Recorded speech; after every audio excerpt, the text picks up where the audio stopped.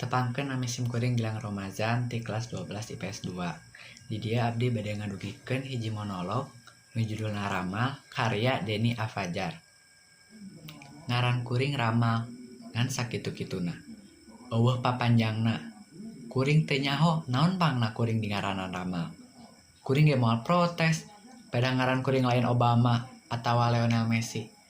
Kuring moal protes sabab cek kuring ngaran alus moal aya mangepaatna lamun kalakuan manghiwal jeung papalimpang tina kabeneran.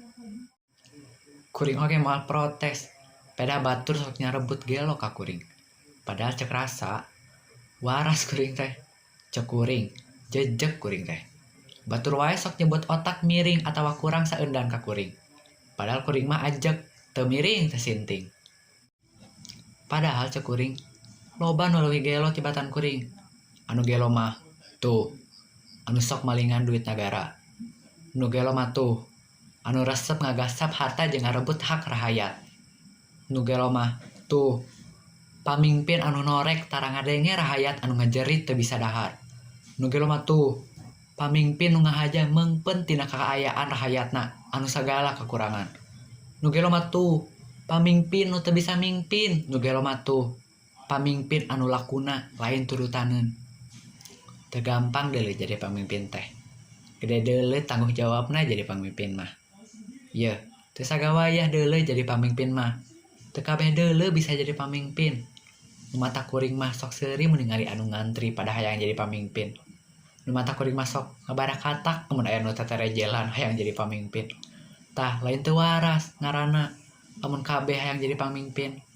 Ye, sing sadar ari hirup geus pada-pada boga hancengan moal nya kabeh jadi pamimpin. Lamun batur jadi pamimpin atuh urang jadi anu dipingpinna. Apana salat ge aya imam, aya nu jadi makmumna.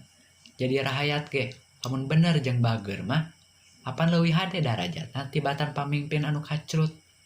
Kusabab jadi pamimpin teh lain gawe enteng. Kuring mah teu hayang jadi pamimpin. Mending kieu, hirup bebas eueuh nu ngatur, eueuh nu nyarek. Ini siga kuring, bebas teu kaueur ku aturan ieu-ieu. Nu matak lamun hayang hirup tumanina lepas tina sagala kasusah, hayu hirup siga kuring.